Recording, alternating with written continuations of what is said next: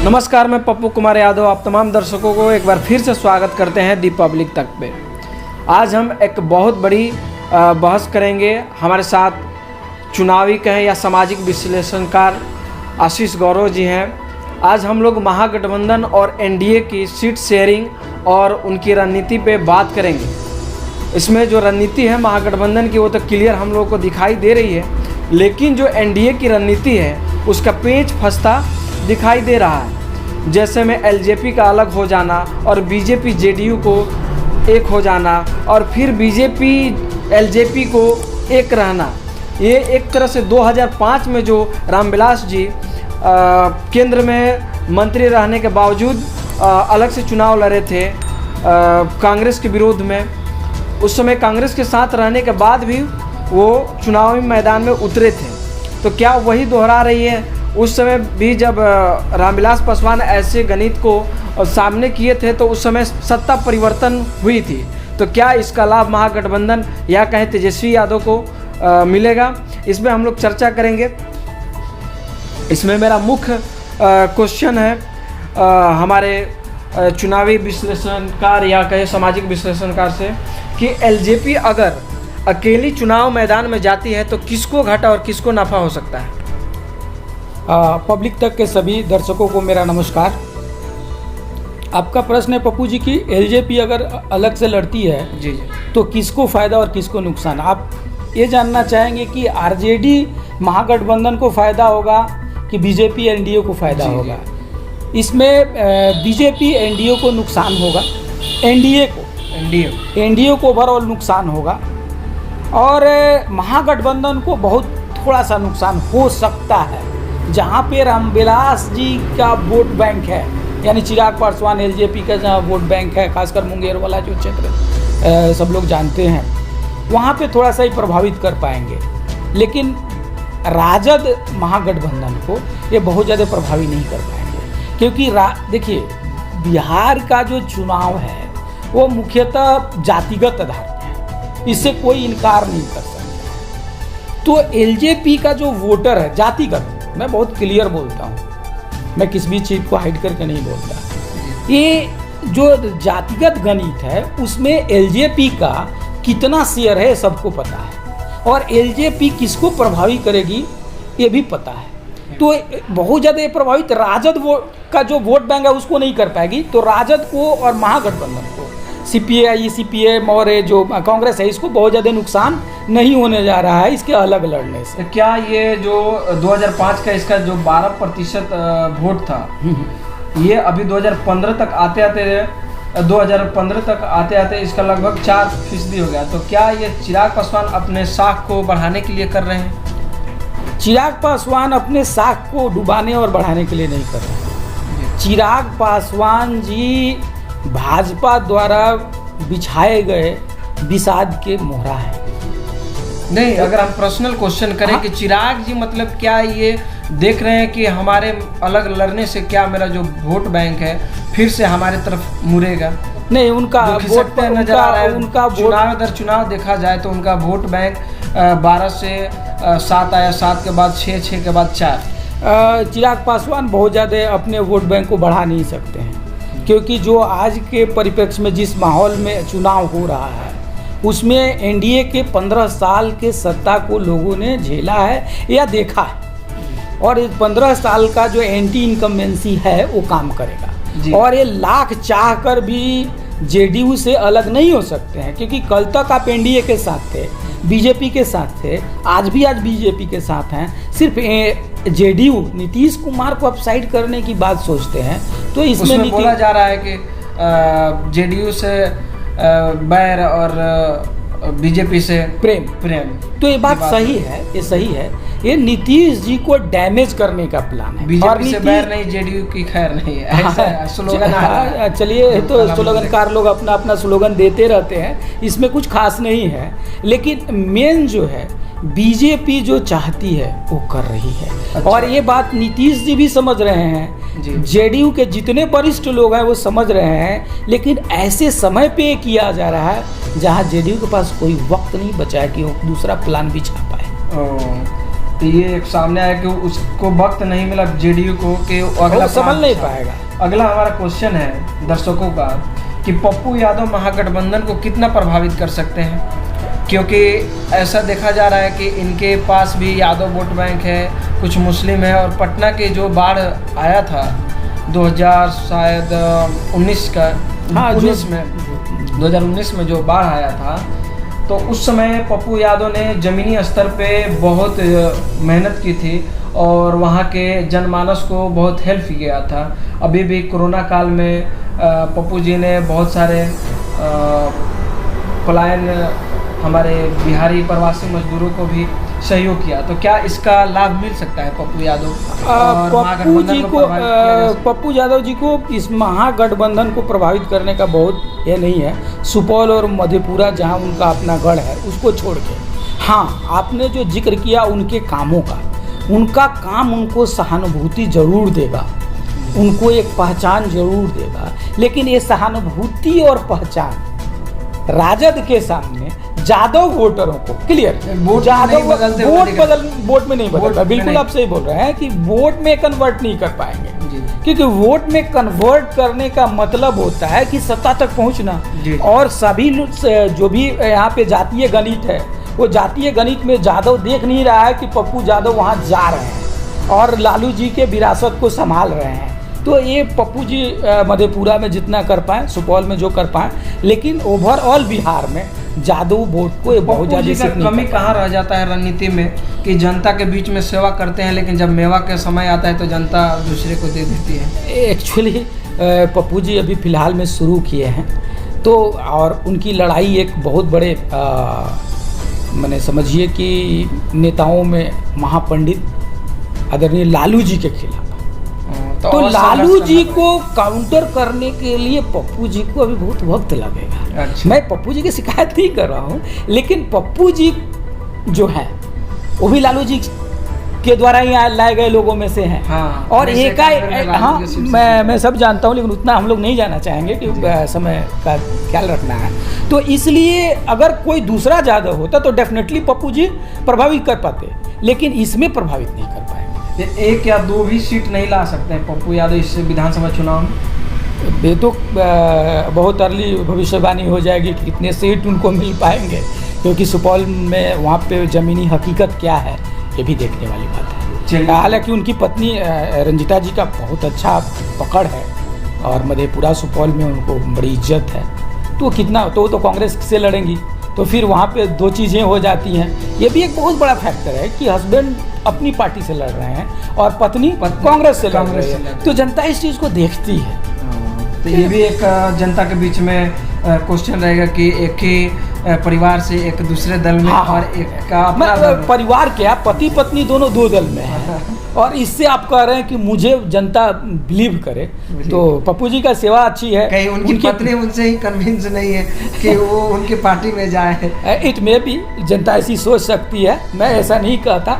दोनों आदमी इंडिविजुअल और दोनों आदमी को अपना अपना राइट्स है, पत्नी होने का मतलब नहीं कि उनके अधीन है। हमारा है कुशवाहा जी, क्या 2 अंकों का विधानसभा में अपने विधायकों को जिता पाएंगे कि जिता पाएंगे? देखिए पप्पू जी ये थोड़ा सा 2 अंक तक, जैसे वो दावा कर रहे हैं बहुजन समाजवादी दावा, जितनी भी राजनीतिक पार्टियां हैं वो तो दावा तो करेंगी, बिना दावा को कैसे चलेंगे।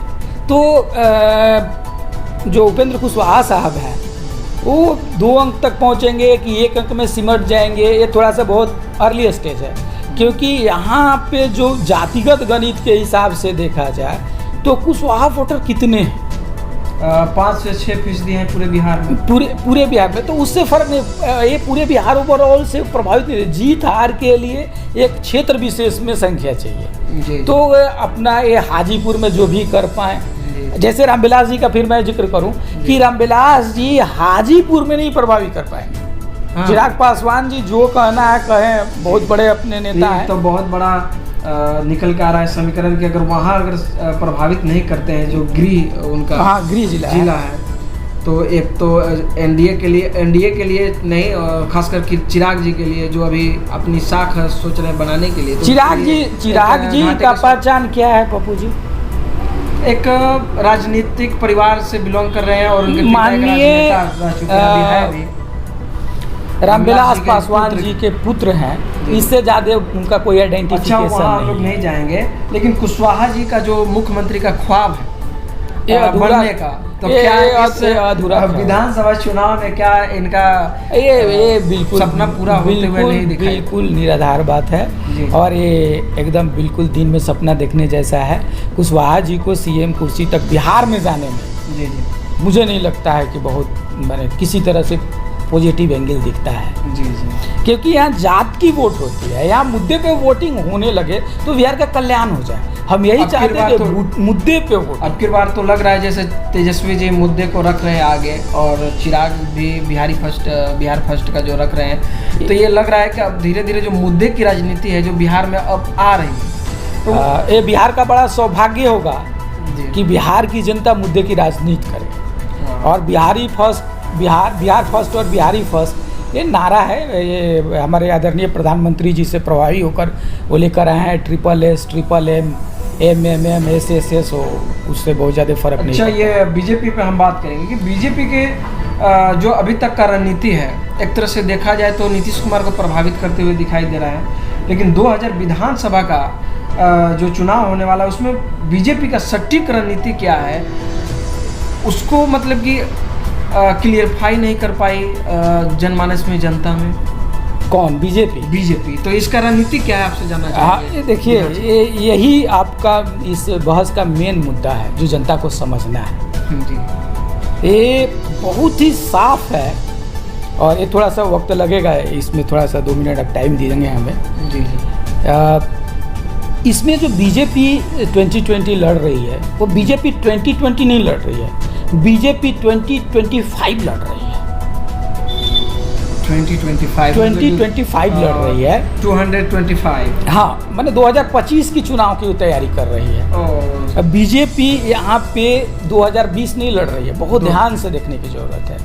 जो आप कह रहे हैं कि एनडीए एक समूह है, जब एनडीए समूह है और एनडीए को चलाने वाले शीर्षस्थ नेता माननीय प्रधानमंत्री जी हैं, और एनडीए का एक आदमी भाग के चला जाता है और एक भाई से प्रेम करता है, दूसरे भाई से नफरत करता है, और आप घर के मुखिया हैं, तो आप कर क्या रहे हैं? एनडीए का मालिक कौन है? एनडीए मालिक मतलब सर्वोच्च पद पर कौन आसीन है?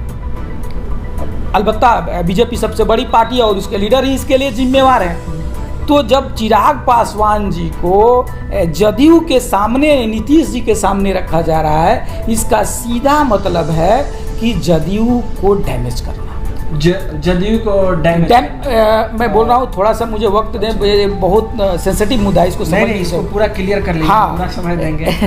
एक्चुअली बीजेपी को ये चीज़ बर्दाश्त नहीं है कि बीजेपी बैकफुट पे लड़े।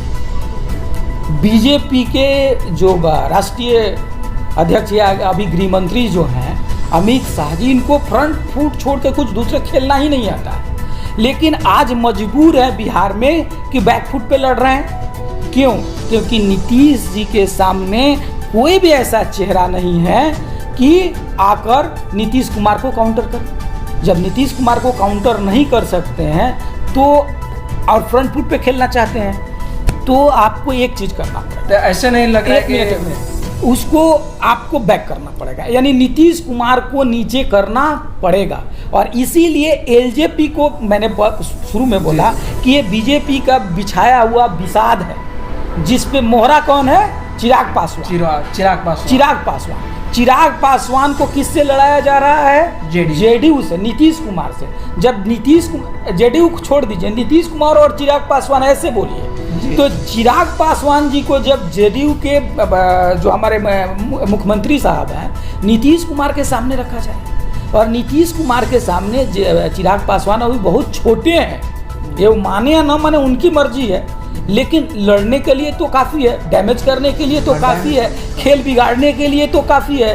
तो बीजेपी क्या कर रही है कि एलजेपी को छोड़ के जेडीयू का खेल बिगाड़ रही है, और जहां अगर 243 पे लड़ रही है शायद, या 143 पे बीजेपी के, हाँ, बीजेपी के अगेंस्ट सीट क्लियर हुआ तो 121 सीट बीजेपी को लग रहा है कि 122 पर वो अपना कैंडिडेट देंगे, जेडीयू के अगेंस्ट देंगे। तो जेडीयू का वोट बैंक और एलजेपी का वोट बैंक दोनों एक है, दोनों बैकवर्ड है। और बीजेपी का क्या है, सवर्ण है। तो मैं एकदम जातिगत बात करूंगा ही, इसमें कोई दो राय नहीं है। तो सवर्ण जो वोटर है वो इस बात को समझता है, उसको बीजेपी चाहिए। तो बीजेपी को जब 122 सीटों पर जेडीयू सपोर्ट करेगी, जेडीयू 121 पे ना, 121 पे वो क्या करेगी, सपोर्ट करेगी, और उसका सवर्ण वोट, तो बीजेपी का सीट ज़्यादा आएगा ही। और नीतीश कुमार जी यहाँ डैमेज हो गए कि एलजेपी उनकी वोट काट देगी।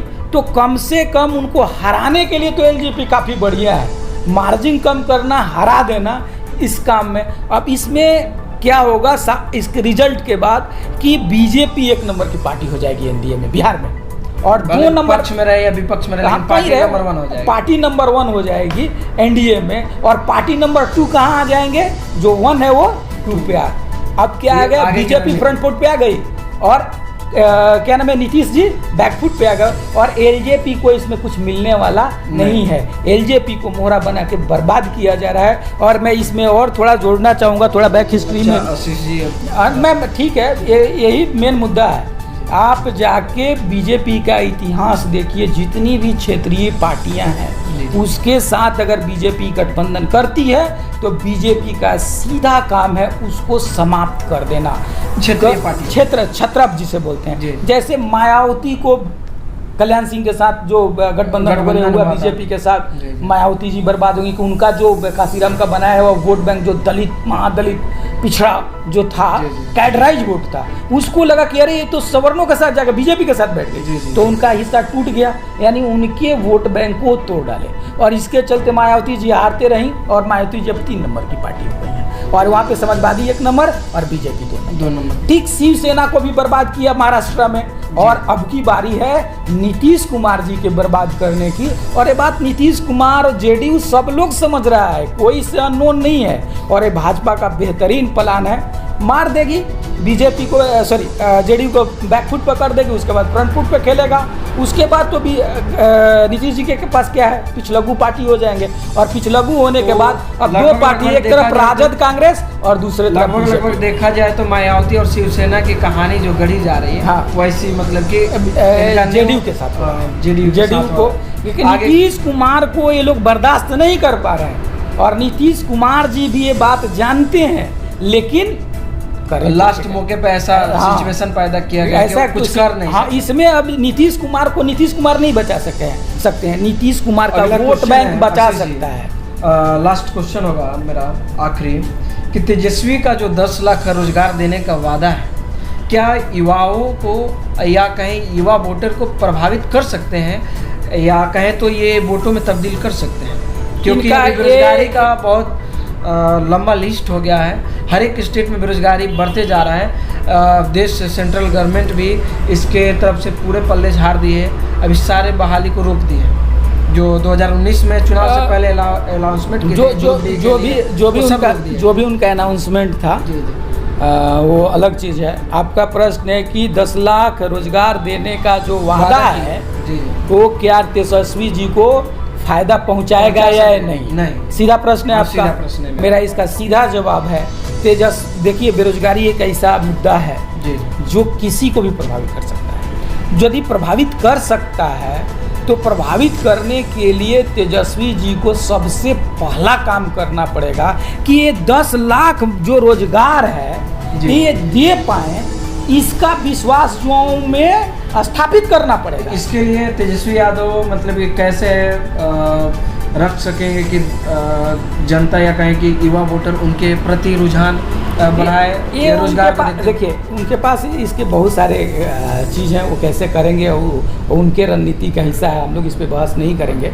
हमारे कहने का मतलब है कि ये जो वादा कर रहे हैं उस वादा को जनता के मन में विश्वास में तब्दील कर पाए, खासकर युवा वोटरों में, तो निश्चित तौर पे ये वोट में कन्वर्ट होगा। लेकिन लोगों के मन में विश्वास जगाना भी एक प्रश्न है, क्योंकि आज का युवा इतना धोखा खा चुका है, इतना धोखा, क्योंकि हमारी जो बीजेपी गवर्नमेंट है केवल जुमला फेंकती गई। अब लोगों के दिमाग में एक माइंडसेट है कि नेताओं का काम है रोजगार का लॉलीपॉप मारना। कब? जब चुनाव आएगा उसके बाद कहाँ वो चला जाता है, नहीं चला जाता है। अगर आ भी जाता है विज्ञापन तो युवाओं के पॉकेट से पैसा लेके वो विज्ञापन कहाँ चला जाता है, उसका एग्जाम कब होगा, एग्जाम होगा तो वो कितनी बार कैंसिल होगा, एक बार में तो नहीं होगा, कितनी बार कैंसिल होगा। ये भी जाओ पूरे इंडिया की मैं बात कर रहा हूँ। एक भी इंडिया गवर्नमेंट यूपीएससी को छोड़ दिया जाए तो एक भी एजेंसी नहीं है जो कि एक एग्जाम को बढ़िया से कंडक्ट। ये दुर्भाग्य है भारत का, ये दुर्भाग्य है। तो नीति ये तेजस्वी जी बोले हैं कि 10 लाख युवाओं का जो रोजगार के लिए हम निकालेंगे उसके लिए कोई शुल्क नहीं लेंगे। अभी जो शुल्क अपने पार्टी के टिकट का घोषणा देखिए पप्पू जी, ये शुल्क लेंगे कि नहीं लेंगे कल का बात। जुआ पहले ये विश्वास करे कि ये 10 लाख निकालेंगे, हाँ, और 10 लाख निकालेंगे तो इसका एग्जाम भी लेंगे, हाँ, इसका रिजल्ट भी आएगा, फेयर एग्जाम होगा, दलाली नहीं होगी। ये पहले तो जुआओं में भरे ना, उसके बाद वो क्या करेंगे? पैसा से कोई मतलब नहीं है, पैसा के लिए जुआ भागने के लिए तैयार नहीं है। आप लिख के दीजिए कि ये विज्ञापन इस दिन आया, इस दिन एग्जाम होगा और फेयर एग्जाम होगा। कोई दलाली और कोई नकालची लोगों का इसमें कुछ नहीं चलने वाला है। उसके बाद से इस तारीख को रिजल्ट आ जाएगा, इस तारीख को इंटरव्यू होगा और इस तारीख को ज्वाइनिंग लेटर बट जाएगा। अगर ऐसा तेजस्वी जी कर पाते हैं तो शायद जुआ वोटर उन पे विश्वास करे, नहीं तो ये दूध का जला हुआ छाछ भी फूक के पीता है। अच्छा, ये तो क्वेश्चन हो गया, लेकिन अब जाते जाते दर्शकों से विदा लेंगे। लेकिन एक क्वेश्चन जो अभी है छूट रहा है, अभी बता रहे थे हमारे कैमरामैन अमनदीप जी कि अभी वीआईपी पार्टी के जो मुकेश सहनी हैं उनकी आगे की रणनीति जो है शायद बीजेपी के साथ जुड़ाव के प्रति मतलब कि देखा जा रहा है, क्योंकि अभी दिल्ली से वो भेंट करके आए हैं एनडीए के नेताओं से। तो क्या मुकेश सहनी की आगे की रणनीति क्या हो सकती है? मुकेश सहनी के पास कोई बहुत ज़्यादा विकल्प नहीं है, एक चीज़। दूसरी चीज़ कि बीजेपी उनको बहुत ज़्यादा भाव नहीं देने जा रही है। अगर देगी भी तो कितने सीट? 2-4-5 सीट दे के रख ले तो बहुत है, क्योंकि 2-4-5 सीट भी बहुत है और यहाँ महागठबंधन ने 25 सीट और डिप्टी सीएम। अरे मांगने के लिए वो 125 मांग लें क्या है? जी जी, कोई भगवान से कम मांगता है क्या? तो क्यों मांगे? गठबंधन में मांगे ही क्यों? अगर कम ही मांगेंगे तो मिलेगा और भी कम ना। तो मुकेश सहनी जी के पास जो ऑप्शन है वो चले जाएं बीजेपी में, लेकिन बीजेपी को इस चुनाव से मतलब नहीं है। बीजेपी को इस चुनाव में नीतीश कुमार को बर्बाद कर देने के सिवा कोई रणनीति नहीं है, और उस बर्बादी में मुकेश सहनी बहुत ज़्यादा बड़ी भूमिका नहीं निभा सकते हैं। तो अपने दर्शकों से विदा लेंगे। तो आप लोगों को बता दें कि हमारे साथ जो भी राजनीतिक घटनाक्रम होगी उस पर हम लोग चर्चा करेंगे आशीष जी के साथ, जो एक बहुत अच्छे विश्लेषणकार हैं। राजनीतिक और सामाजिक दृष्टि से देखें तो इनका पकड़ जो है बहुत अच्छा है, और पल पल की जो खबरें हैं राजनीतिक घटनाक्रम पे हम अब दर्शकों के पास पहुंचाएंगे। और हमारे जितने भी व्यूअर हैं और ज़्यादा से ज़्यादा शेयर करें और लाइक करें और कमेंट करें आपका मुद्दा क्या रहेगा इस चुनाव में, उसको देखते हुए आप क्या चाहते हैं अपने सरकार से, ये भी क्वेश्चन कर सकते हैं।